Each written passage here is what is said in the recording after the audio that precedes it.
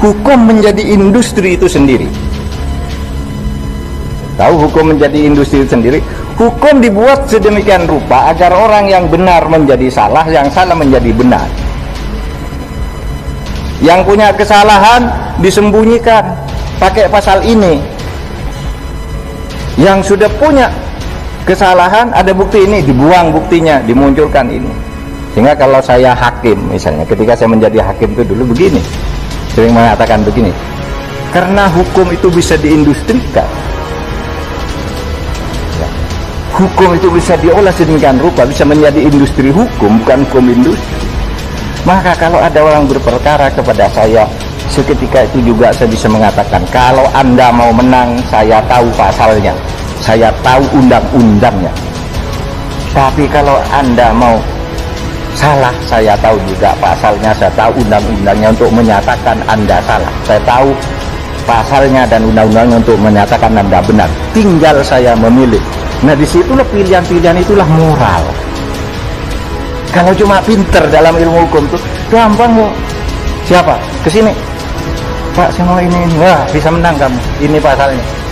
Kalau saya bisa menangkan kamu, saya pakai undang-undang nomor 3. Tapi kalau saya pakai undang-undang pasar modal, bebas kamu. Tapi kalau saya pakai undang-undang pencucian uang, masuk penjara kamu. Tinggal kamu mau bayar berapa dengan saya. Itu industri hukum. Suara kebenaran yang tampaknya dikurung oleh kebohongan, kepalsuan secara sistemik, sehingga memang keadilan Allah itu harus ditegakkan. Kalau pemerintah tidak punya ambisi untuk mempertahankan kekuasaannya, maka nggak ada problem dengan Habib Rizik. Semua ini terjadi karena ambisi kekuasaan untuk 3 periode. Lain kalau kekuasaannya berhasil, Habib Rizik juga akan oke, mungkin Habib Rizik oke, kita kasih kesempatan 3 periode. Tapi ini kekuasaan yang gagal, yang memaksakan diri untuk menghasilkan ulang feodalisme, kroni. Jadi perpanjangan tangan oligarki bertemu dengan ambisi politik istana, maka mesti dicari korban. Sebagai pengganggu adalah Habib Rizik. Jadi stigma itu yang diberikan. Tetapi stigma itu tidak berhasil karena kontras moral langsung terlihat. Pengadilan Habib Rizik adalah pengadilan yang direkayasa, maka orang yang masuk di dalam hitungan-hitungan politik menganggap bahwa keterlaluan pemerintah ini. Kalau mau bermain politik, oke, fair, tapi jangan pakai hukum untuk menyingkirkan lawan politik. Itu yang disebut politik of exclusionary itu.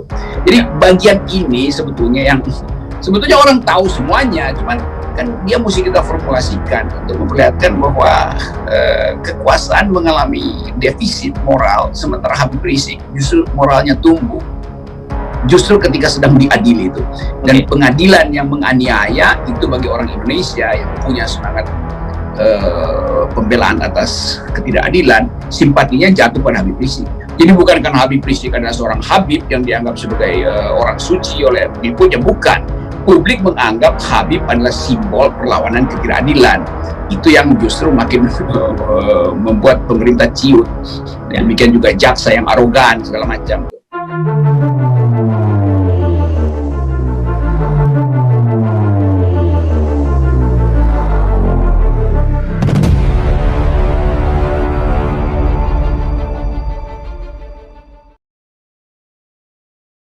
Enam dokter sepakat cuma Habib Rizik Syihab yang diseret ke pengadilan karena COVID-19.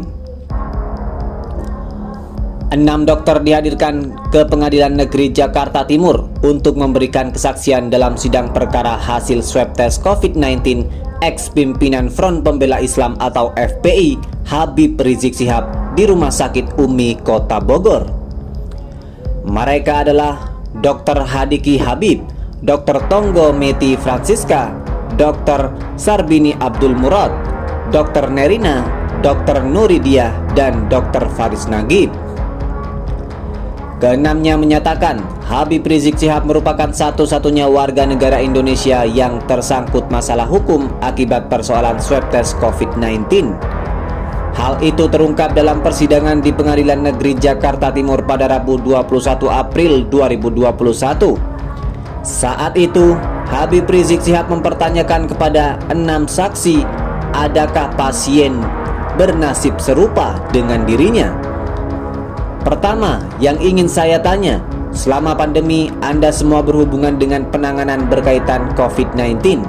Apakah ada kasus yang Anda tangani berkaitan dengan COVID yang naik ke pengadilan seperti kasus saya ini? Tanya Habib Rizik Syihab. Pertanyaan itu pertama kali dilontarkan kepada Dr. Sarbini Abdul Murad, disusul Dr. Nuridiah, serta saksi-saksi lainnya. Mereka kompak menjawab tidak ada. Habib Rizik kembali menegaskan bahwa sampai saat ini terbukti tidak ada kasus COVID-19 yang diseret ke pengadilan selain dirinya.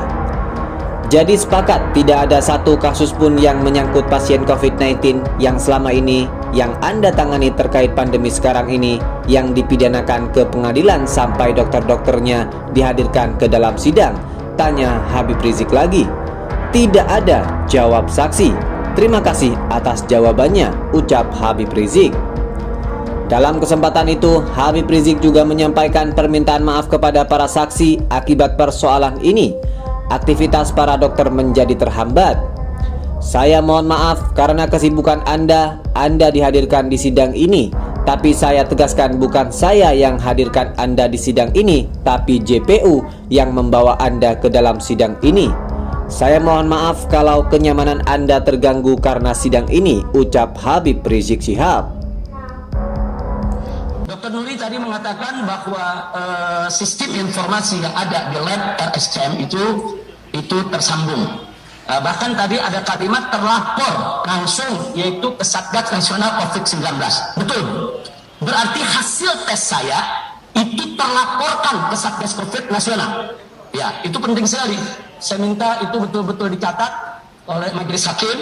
Artinya tidak benar kalau dikatakan laporan sampel saya itu tidak terlaporkan. Nah, bahkan ini terlaporkan ke Satgas COVID Nasional. Real time. Nah, terlaporkan secara real time.